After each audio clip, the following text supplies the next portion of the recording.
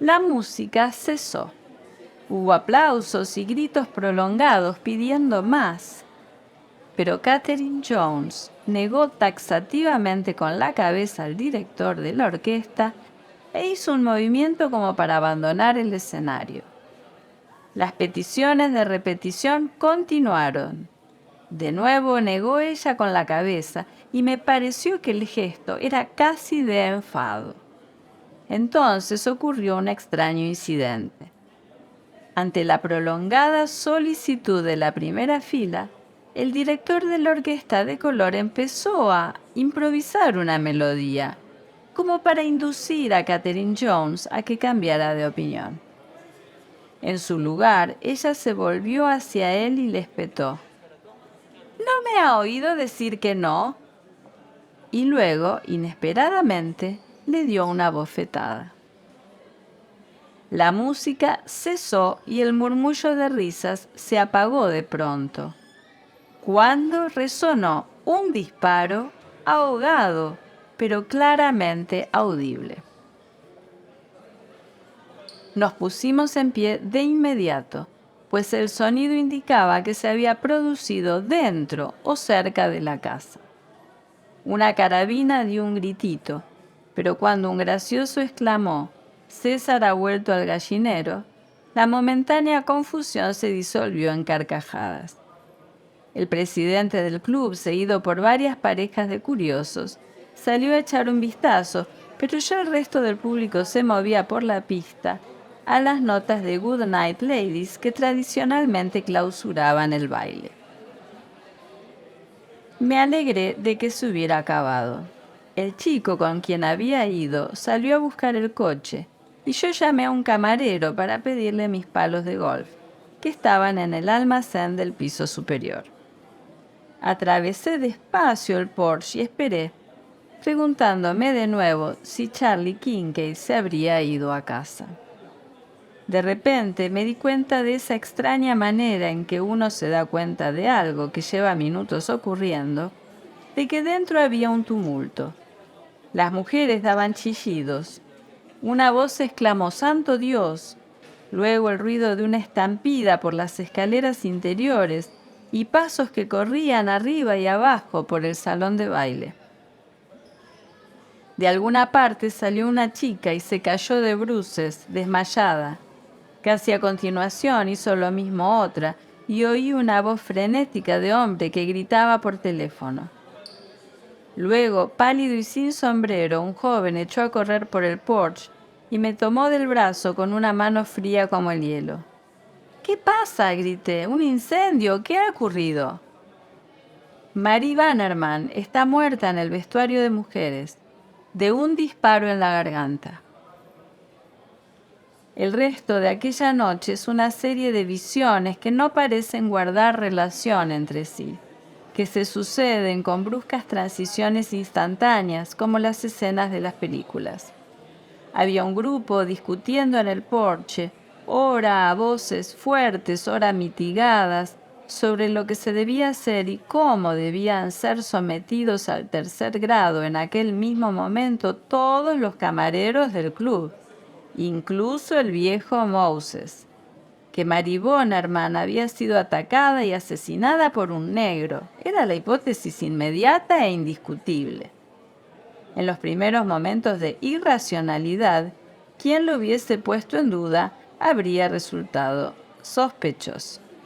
Se dijo que la culpable era Katie Goldstein, la doncella de color que había descubierto el cadáver y se había desmayado. Se dijo que era ese negro que estábamos buscando cerca de Quisco. En cualquier caso, era alguien de color. Al cabo de media hora la gente comenzó a esparcirse por el exterior, cada cual con su pequeña aportación de nuevos descubrimientos. El crimen se había cometido con la pistola del sheriff Abercrombie. La había dejado colgada en la pared con el cinturón a la vista de todo el mundo antes de bajar al baile. El arma había desaparecido. Ahora la estaban buscando. «Muerte instantánea», dijo el médico. La bala había sido disparada a solo unos cuantos pasos de distancia.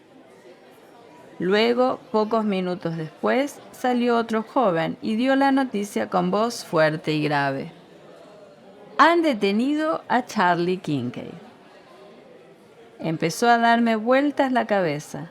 Un silencio agobiante y respetuoso cayó sobre el grupo congregado en el porche. Han detenido a Charlie Kincaid. Charlie Kincaid arrestado. Charles Kincaid. Pero si era uno de los buenos, de ellos. Es lo más absurdo que he oído en mi vida. El joven asintió, desconcertado como los demás, pero dándose importancia por la información. No estaba abajo mientras bailaba Catherine Jones. Dijo que estaba en el guardarropa de hombres. Y Mary Bannerman había dicho a muchas chicas que habían tenido una trifulca y que tenía miedo de lo que él pudiera hacer. De nuevo se impuso un silencio aterrador. Es lo más absurdo que he oído en mi vida, volvió a decir alguien. Charlie Kincaid. El informador esperó un momento, luego añadió. La pilló besándose con Joe Cable. No pude quedarme callada más tiempo. ¿Y eso qué tiene que ver? Grité. Yo estaba con él en ese momento. No estaba enfadado en absoluto. Me miraron con las caras sobrecogidas, confusas, descompuestas. De repente se oyeron los recios pasos de varios hombres por el salón de baile y un minuto después Charlie Kincaid, con la cara mortalmente blanca, salía por la puerta principal entre el sheriff y otro hombre.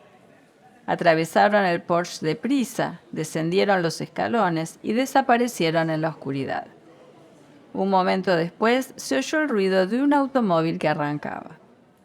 Cuando al cabo de un instante oía ya lejos en la carretera el espectral alarido de una ambulancia, me levanté desesperada y llamé a mi acompañante, que se encontraba en el grupo de los que cuchicheaban. Tengo que irme, dije. No puedo soportar esto. O me llevas a casa o buscaré sitio en otro coche. De mala gana se echó al hombro mis palos. El verlos me hizo comprender que, después de todo, no podía marcharme el lunes. Y me siguió escaleras abajo al mismo tiempo que la masa negra de la ambulancia doblaba la curva de la verja. Una horrible sombra en la noche, brillante y estrellada. La situación, después que se hubieran desvanecido las primeras conjeturas disparatadas, las primeras explosiones de irracional lealtad a Charlie Kincaid, era resumida por el Courier de Davis y la mayor parte de la prensa del estado de esta forma. Mary Bannerman murió en el vestuario de mujeres del club de campo de Davis como consecuencia de un disparo de revólver hecho de cerca, inmediatamente después de las 11:45 de la noche del sábado. Fueron muchas las personas que oyeron el disparo. Además, sin duda fue hecho con el revólver del sheriff Abercrombie, que estaba colgado a la vista de todos en la pared de la habitación contigua.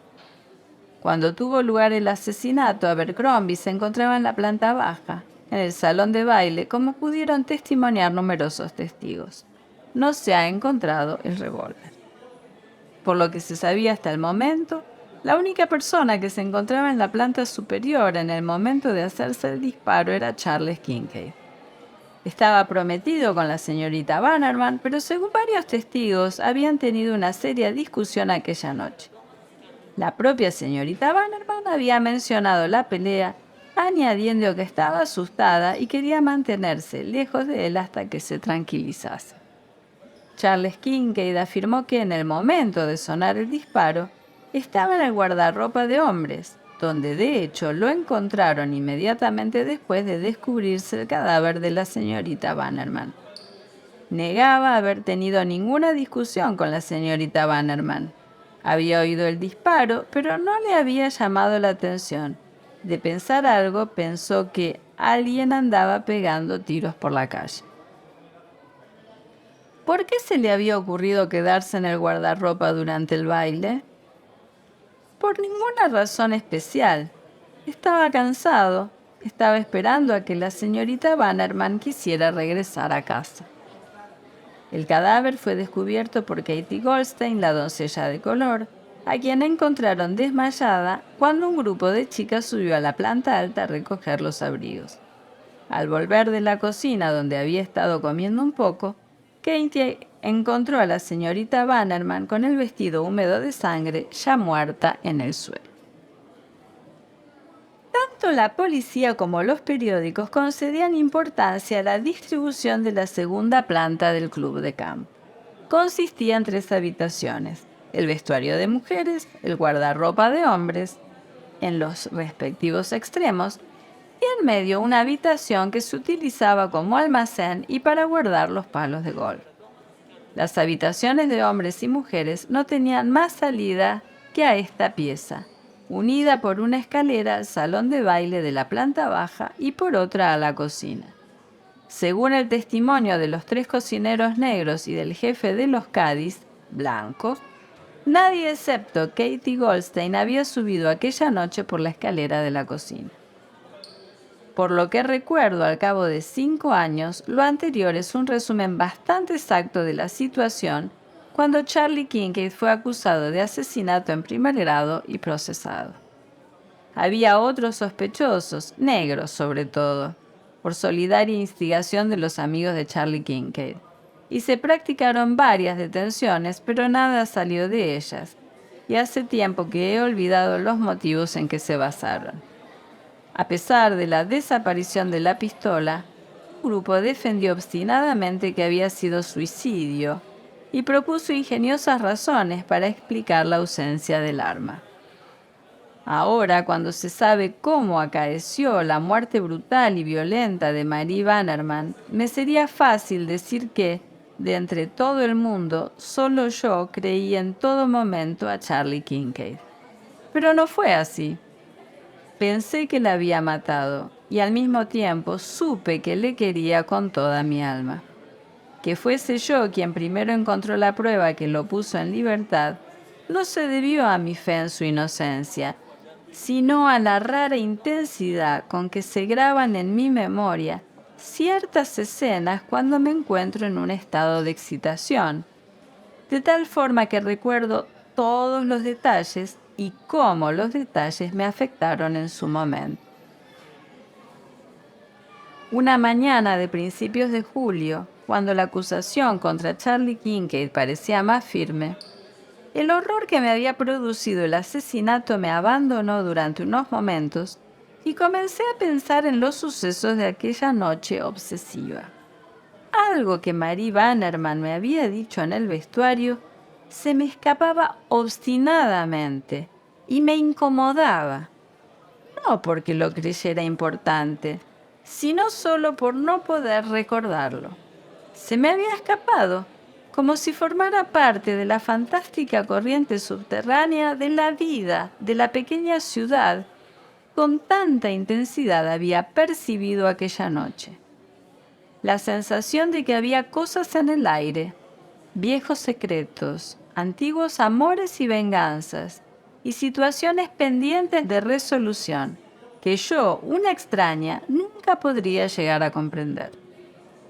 Solo por un minuto me pareció que Marie Bannerman había descorrido el velo. Luego había vuelto a su sitio. La casa donde podría haber mirado estaba ahora oscura para siempre. También me obsesionaba otro incidente, quizá de menor importancia.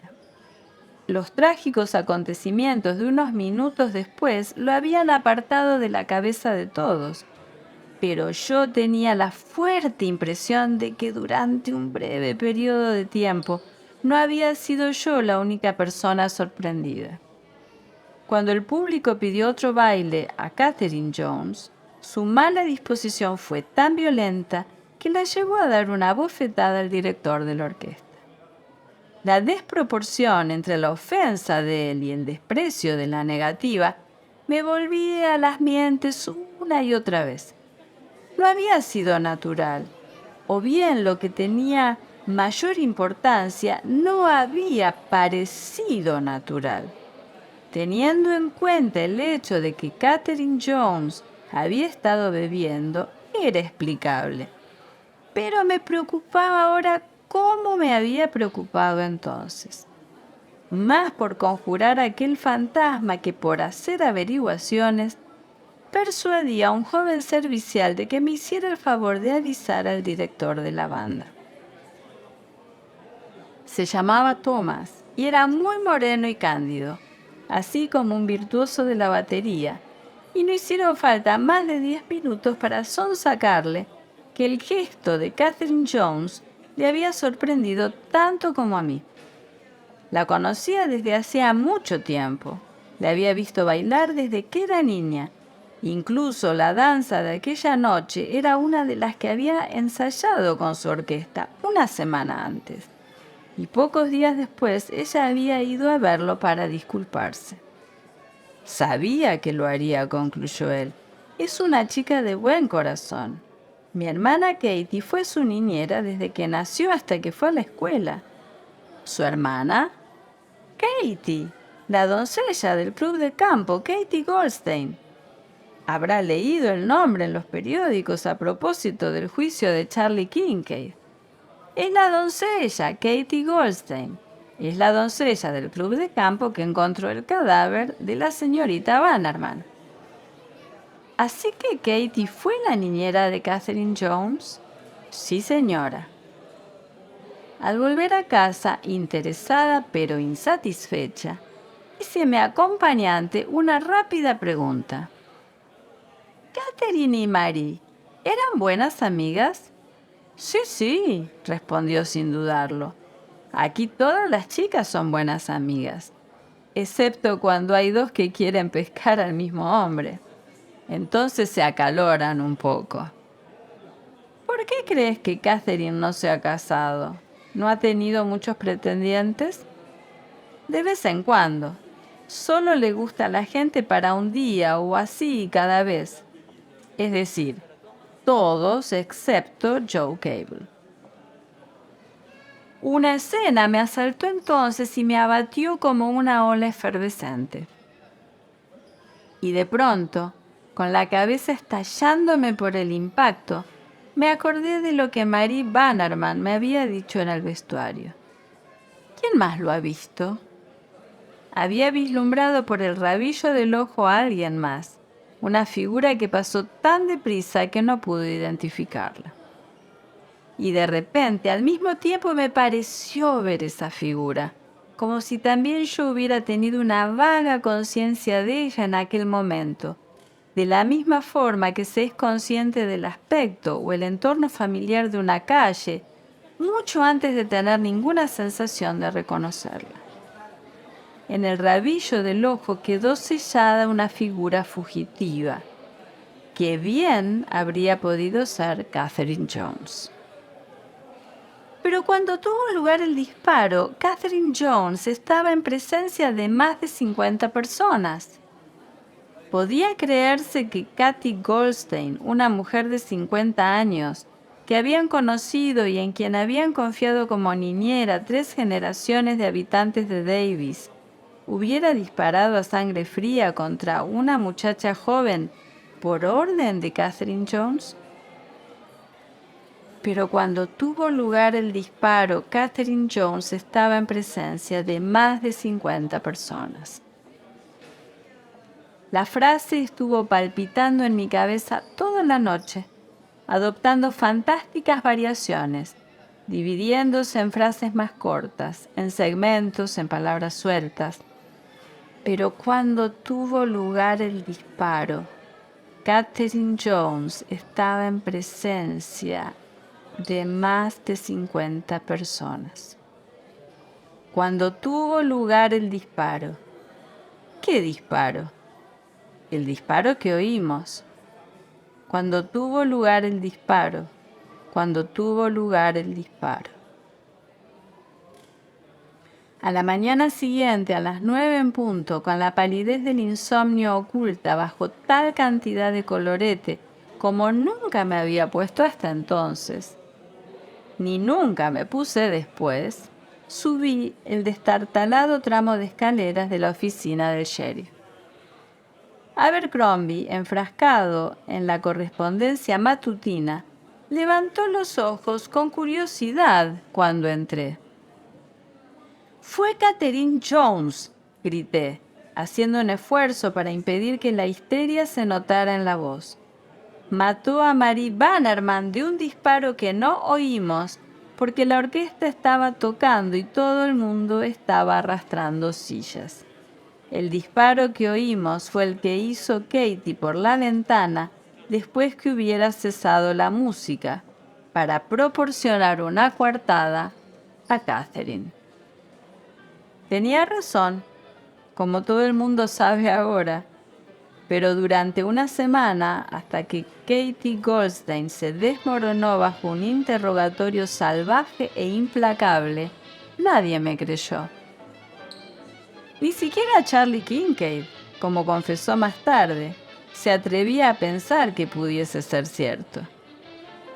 Nadie supo nunca cuáles habían sido las relaciones entre Catherine y Joe Cable, pero lo indudable es que ella había decidido que el lío clandestino de Joe con Marie Bannerman había llegado demasiado lejos.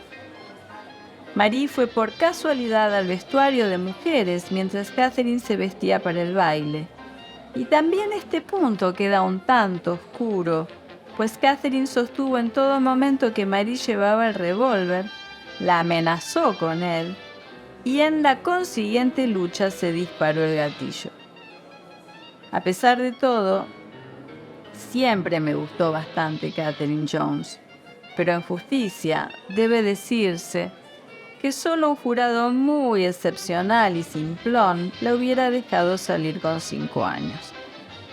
Y ha sido precisamente 5 años después de su condena, cuando mi marido y yo hemos hecho un recorrido por los espectáculos musicales de Nueva York y hemos observado con detenimiento a todos los miembros de los coros desde la primera fila de butacas. Después del disparo debió pensar muy deprisa. Dijo a Katie que esperase hasta que parara la música, que disparase con el revólver por la ventana y luego lo escondiese. Catherine Jones pasó por alto especificar dónde debía esconderlo. Katie, al borde del colapso, obedeció las instrucciones, pero no fue capaz de especificar en ningún momento dónde había ocultado el revólver.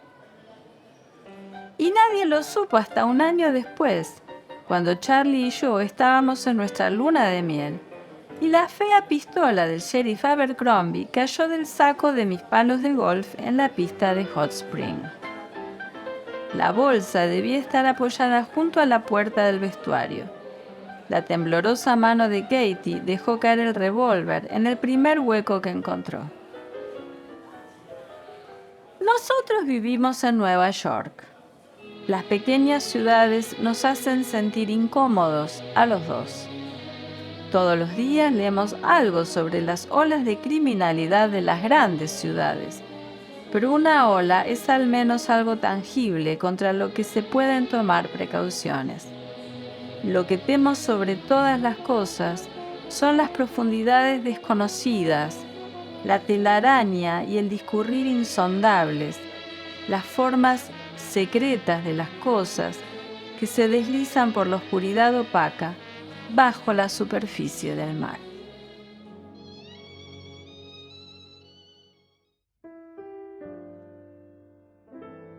Francis Scott Key Fitzgerald nació el 24 de septiembre de 1896 en la localidad de St. Paul, Minnesota, en Estados Unidos.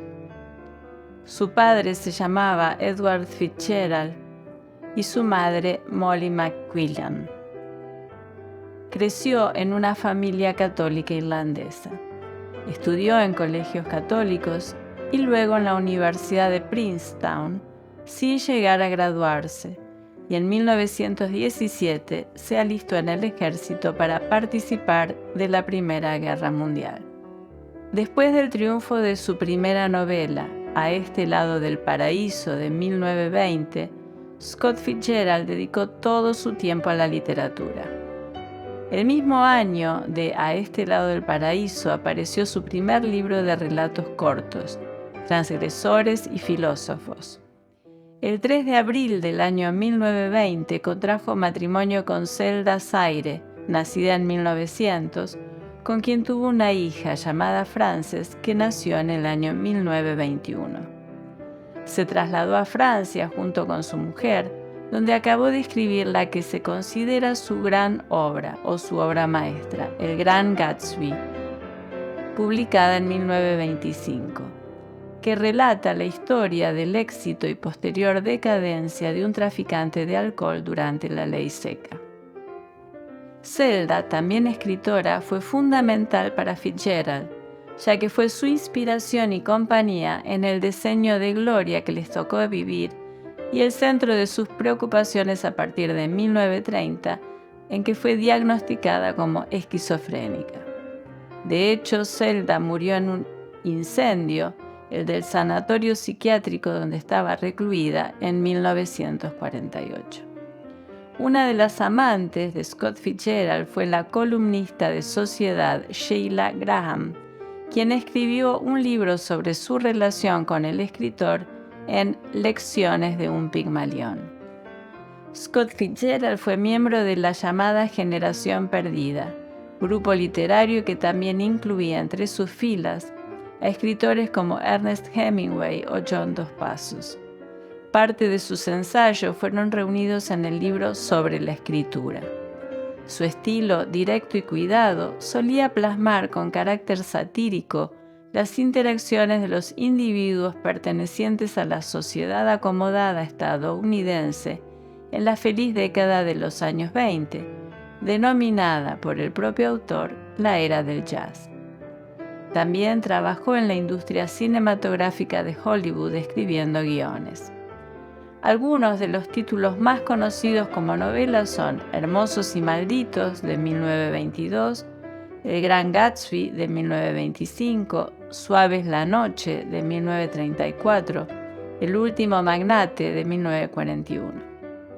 Y también tiene colecciones de narraciones breves, como Jovencitas y filósofos, de 1920, Cuentos de la edad del jazz, de 1922, Todos los hombres tristes, 1926, Toque de Diana, 1935.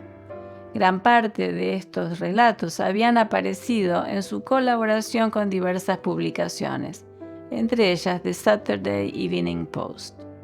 Atrapado en el alcohol, Fitzgerald falleció en Hollywood el 21 de diciembre de 1940, a causa de un fallo en el corazón. Tenía en ese momento 44 años de edad. Está enterrado en el cementerio de Santa María de Rockville.